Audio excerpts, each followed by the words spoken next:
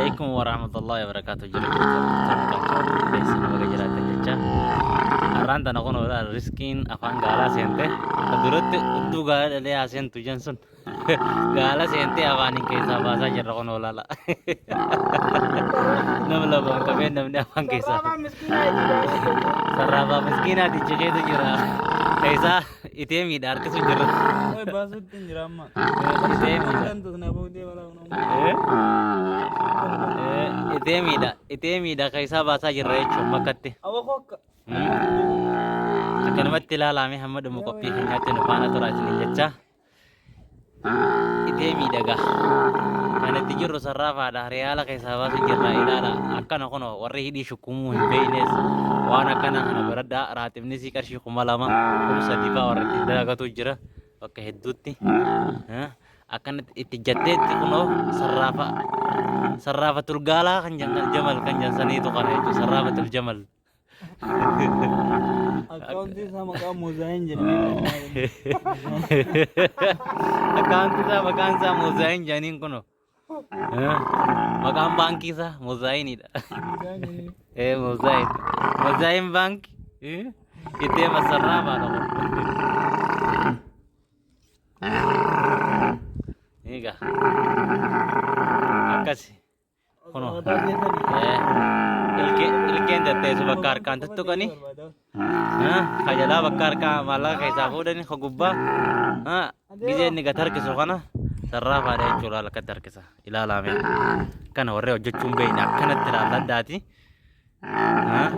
hojjetadha miskiinni katakkaa dalagee hin beeyne dalagaa maziraa tatimira qoran tamaarree qoran hundi dhaabbattee jirti waan kanan ta'in sarraafatul maal jette mizaan jette sabu maali maqaan baankii isaa sarraafatul mizaan jeniin ilaala kana jechuu keessaa fuudhan akkatti ilaalime akkana boogja sarraafaan dirqitti malee hin baasu rabbiin riskii namaati asuma keessa baqaaya rizki nama asirras ka ega me ilala ega akkuma daawwattaniin yoo isinitti tole like share comment godhame warri hin beeyne isii kanarraa barnoota isinii ta'us commentii jalatti waan hin beeyne hunda isinii maxxansan ittiin dalagattan Oromo isin hundinuu Itoophiyaan guutuun warri dalagaa irra dhaabbatte guutuun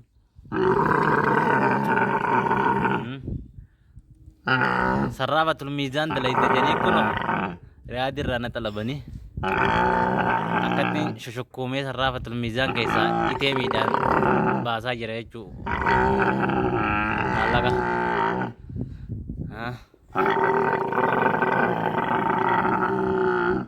ilaala garta akkanumatti kuno yoo xiqqaatte toora za'aa lama za'aa sadii akkanuma shakkuuma kuno inni kun yoo xiqqaatte toora miliyeena meeqaatti gurgurama kan gurguramu san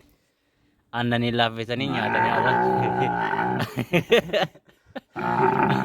aannanii laaffisan malee dudummaceessanii akkana miliqimsaa godhanii kurfeessanii afaan akka namaatti jechuudha osoo namni nu akkasitti nama qaddame nama biraatti beek namni nu akkasitti nama hin qaddamu ilaalame anis isuma kanarraan eeggadda abbaan qabu isuma kanarra waa eeggataa beeka ilaalame bineensa kun birriin qiimaatti hin baane yoo xiqqaatte wani inni itti bitamee uumame kaata akka shukkumee afaan kana keessa kun olaal garta waan isin fakkaattu hanga isin quba gurbaa bira dhuftutti keessaa akka tarkisaa jiran akka nama gubbaa kaartoon itti gaxuffiseetti ulii buuta kana jetti lullulatti wannoo kan jechuu garta akka namaatti tolfatee tiraasii jala kaanii ciqilfatee nama dura taalaa namni akka taa'ee akkatti isa tolchuu beeka Gize wanni kun namni akka tolchuuf dhufee tiraasii isaa irra ciqilfatee taa'ee nama eega akka ciisee jechuudha garta akkana jechuudha hamma qophii biraatti walitti deebinutti nagaan nu jiraadhaa isiniin jecha gamanumaan subscribe like share gochuudhaan jajjabeessaa isiniin jenna